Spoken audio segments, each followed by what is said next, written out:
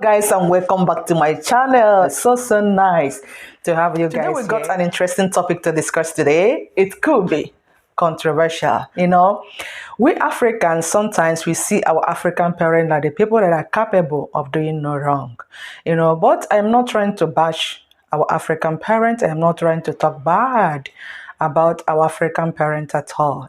After all, the kind of training that they gave us in those days is what has shaped us to become the kind of parent that we are today, and also the kind of is what has shaped us to become the strong women that can be able to survive in any situation, in anywhere we find ourselves. So they really tried in those days, but there are some certain mistakes that they made, which I think is very important that we discuss, so that we modern parents can be able to correct it and also do things differently.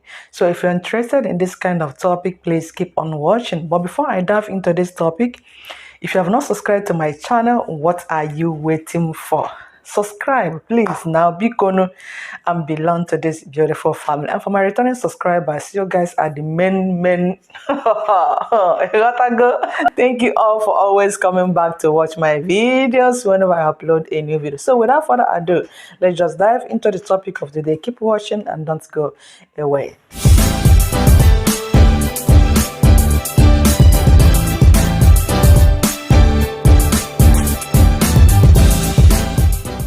So one of the mistakes that our African parents made was using derogatory words or using abusive words on children.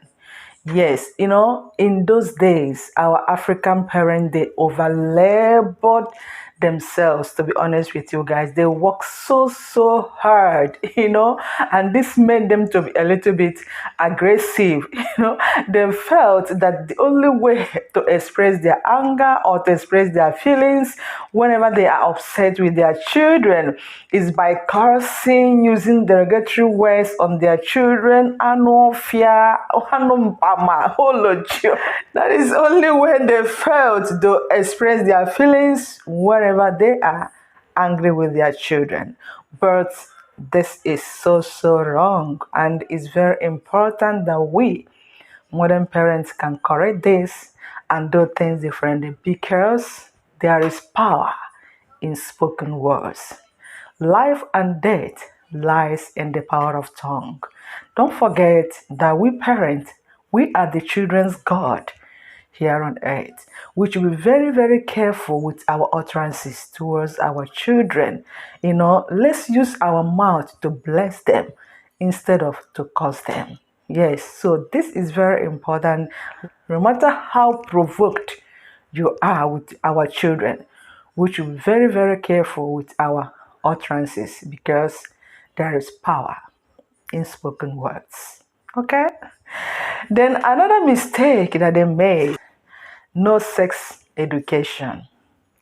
If you can tell yourself the truth, you know that the best sex education that most of us received in those days is once a man touches you, that you are pregnant. I think they know the truth and decided to hide the truth from the children. Why would they hide truth from the children? The children got to know their body changes from stranger. The boys got to know their puberty stage from outside or from friends. How can you have a mother at home and your children will got to know their body changes from a stranger or from outside, while you have a mom at home that can be able to educate them on their body changes and also their puberty stage? In those days, you dare not let your mom or let your parents see you having discussion with an opposite sex. Talking less of boyfriend, girlfriend. So, we should be so open to have intimate conversation with our children. Don't be shy to discuss their body changes with them. Have intimate conversation with your children, because this thing is going to reduce the risk of sexual molestation among the children, and also it will boost their confidence. They will not be afraid to discuss such with you anymore. So having such conversation with your children is very, very important. Like myself, I was wired differently. The way I was wired is not the same the way other person was wired, because I grew up from a very strict Christian home. He used to tell us in those days we are so deep in the Word of God. The only thing that we know about sex is that it's a sin against God, which is good, which is true. Having sex outside marriage or you are committing the sin of fornication. So, and this training is what has made me a married virgin. I was a virgin until I got married to my husband because of the kind of training that was given to me when I was growing up. Yes, but on the other hand, it's very, very important to educate our children the risk of having sexual intercourse outside marriage. Yeah. Then another mistake that I made is comparison. Guys, in those days, our parents, they do compare us with other children out there. Just I want to let you know that comparison is the quickest way to reduce someone's self-esteem. Just have it at the back of your mind that created differently. We are not going to be the same because God created everyone differently. Some parents will even compare to their children. See, the son of my friend got A1 in all her studies. Why you don't have A1 in your studies? If someone is not good in something else, the person might be good in another thing. So comparing your child to anyone is the quickest way to kill that child self-esteem. Yeah.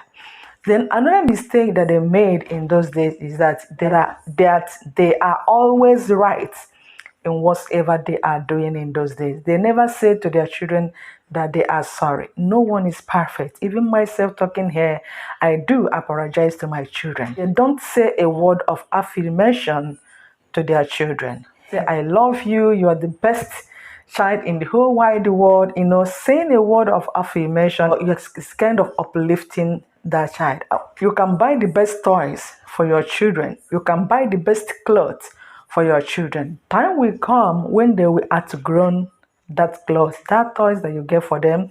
Time will come when they will not value those gifts anymore.